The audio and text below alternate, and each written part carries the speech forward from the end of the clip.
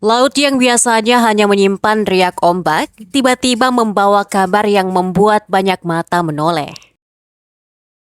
Sebuah kapal tanker raksasa milik Iran yang sebelumnya berada dalam bayang-bayang blokade ketat Amerika Serikat di Selat Hormuz dilaporkan lolos dan kini terdeteksi melintas di Selat Lombok.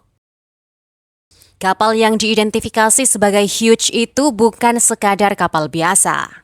Ia adalah jenis VLCC, Very Large Crude Carrier, yang mengangkut lebih dari 1,9 juta barel minyak mentah dengan nilai mencapai ratusan juta dolar.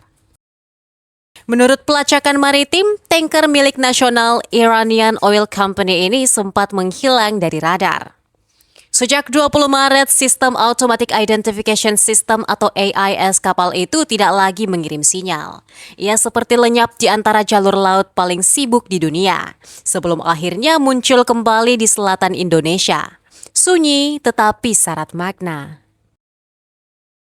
Pertanyaan sekarang, apa itu AIS? Sistem identifikasi di kapal tanker Iran yang bikin Amerika kelimpungan. AIS atau Automatic Identification System adalah label nama digital yang wajib dipancarkan oleh setiap kapal komersial besar, sebagaimana yang dikutip dari sito.com.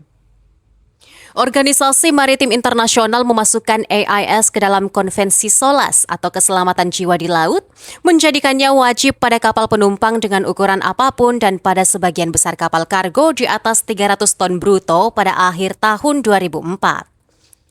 Mengenai cara kerja AIS, data GPS Anda memberitahu AIS di mana Anda berada. Sementara sensor di atas kapal menambahkan haluan, arah, dan laju putaran. Sedangkan kapten memprogram data statis sekali per pelayaran.